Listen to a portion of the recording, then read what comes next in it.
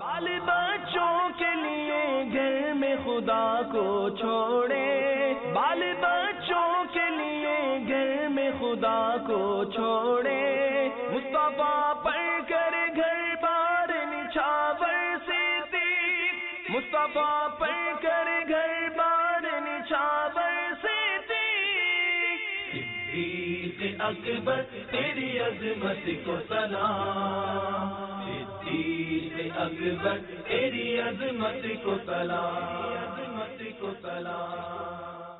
الحمدللہ رب العالمین والصلاة والسلام علی سید المرسلین، اما بعد فاعوذ باللہ من الشیطان الرجیم، بسم اللہ الرحمن الرحیم، الصلاة والسلام علیک یا رسول اللہ وعلی آلک واصحابک یا حبیب اللہ، الصلاة والسلام علیک یا نبی اللہ وعلی آلک واصحابک یا نور اللہ۔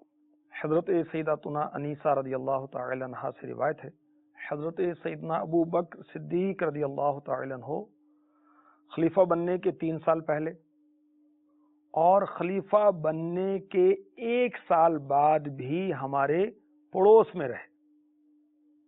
انداز کیا تھا آپ کا رہن سہن کا؟ حضرت سیداتنا انیسہ رضی اللہ تعالی عنہ فرماتی ہیں، محلے کی بچیاں حضرت ابو بکر صدیق رضی اللہ تعالی عنہ کے پاس بکریاں لے کر آتی اور آپ ان ننھی منی بچیوں کی دلجوئی کے لیے دودھ دوہ دیا کرتے۔ جب آپ خلیفہ بنے تو محلے کی ایک بچی آپ کے پاس آئی اور عرض گزار ہوئی، اب تو آپ خلیفہ بن گئے،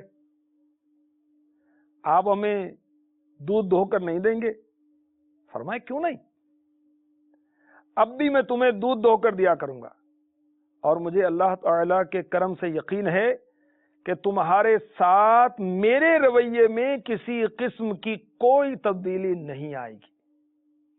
چنانچہ حضرت سیدنا ابو بکر صدیق رضی اللہ تعالی عنہ اللہ کے محبوب دانہ غیوب صلی اللہ علیہ وسلم کے نائب خلیفہ بننے کے بعد بھی محلے کی بچیوں کو ان کی بکریوں کے دودھ دوہ دیا کرتے تھے۔ اور مدنی پھول ہے یہاں پر ان لوگوں کے لیے جن کے انداز منصب ملنے کے بعد بدل جاتے ہیں، جن کے رویے میں افسری کے بعد نخرہ آ جاتا ہے،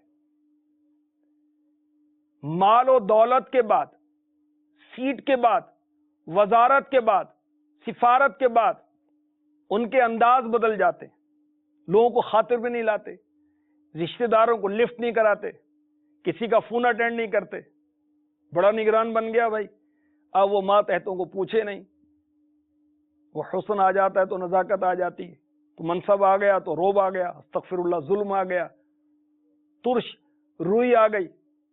یہ اچھا انداز نہیں۔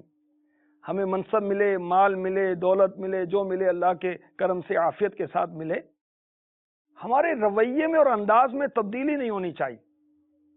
جو ہمارا معاملہ گھر والوں کے ساتھ، بال بچوں کے ساتھ، رشتہ داروں کے ساتھ عند اللہ محمود ہے، وہی ہونا چاہیے۔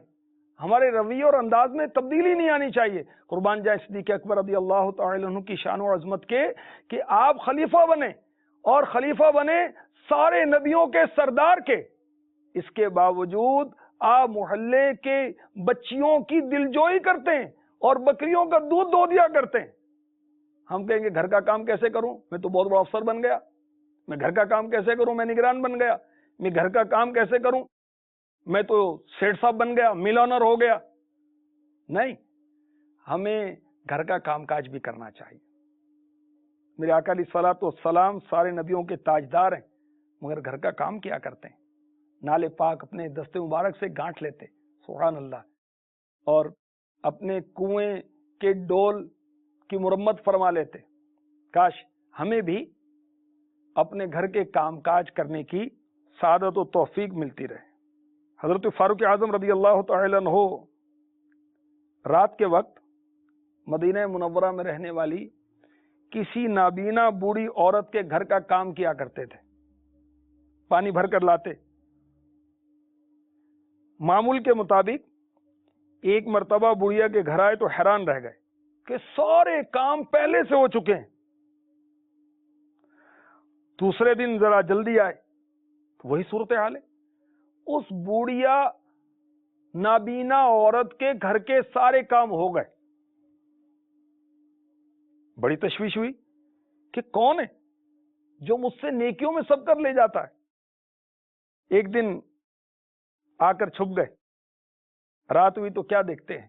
اللہ اللہ، خلیفہ وقت، امیر المؤمنین، خلیفۃ المسلمین، خلیفہ رسول اللہ کے حضرت سیدنا ابو بکر صدیق رضی اللہ تعالی عنہ تشریف لائے اور اس بوڑھی نابینا عورت کے گھر کے کام کر دیے.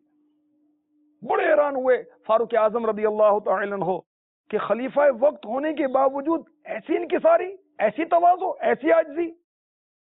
اور فرمایا حضرت سیدنا ابو بکر صدیق رضی اللہ تعالی عنہ ہی تو ہیں جو مجھ سے نیکیوں میں سبقت لے جاتے ہیں. کیسی عاجزی انکساری. کاش صدیق اکبر رضی اللہ تعالی عنہ کے صدقے میں ہم بھی ایک دوسرے کے کام آیا کریں، مسکینوں کا خیال رکھا کریں، غریبوں کا خیال رکھا کریں. ہمارے پڑوس میں کوئی غریب ہے اس کی مدد کریں.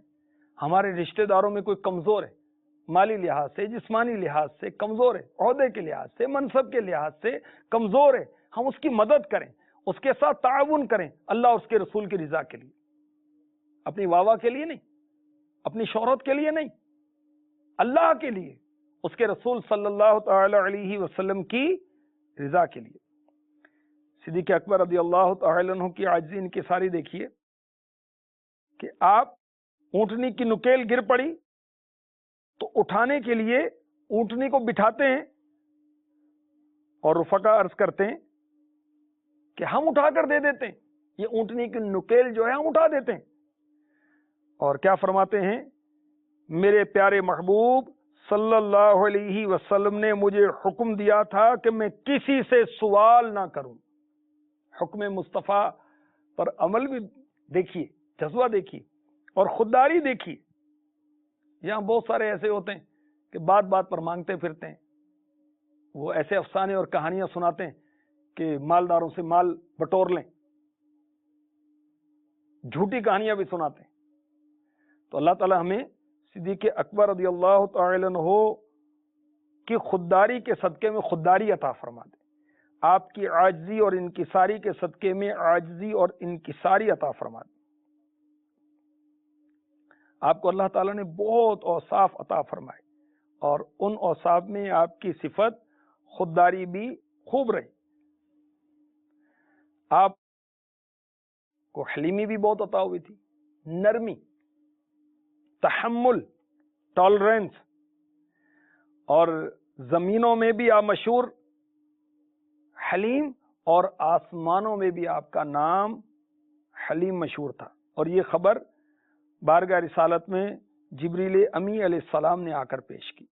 اللہ عز و جل کی ان پر کروڑوں رحمتیں ہوں اور ان کے صدقے ہماری بے حساب مغفرت ہو.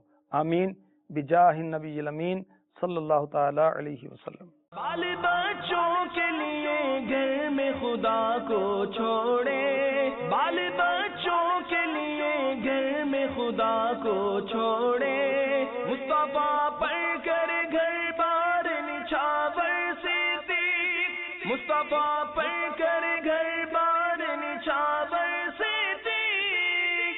صدیق اکبر تیری عظمت کو سلام، صدیق اکبر تیری عظمت کو سلام، عظمت کو سلام.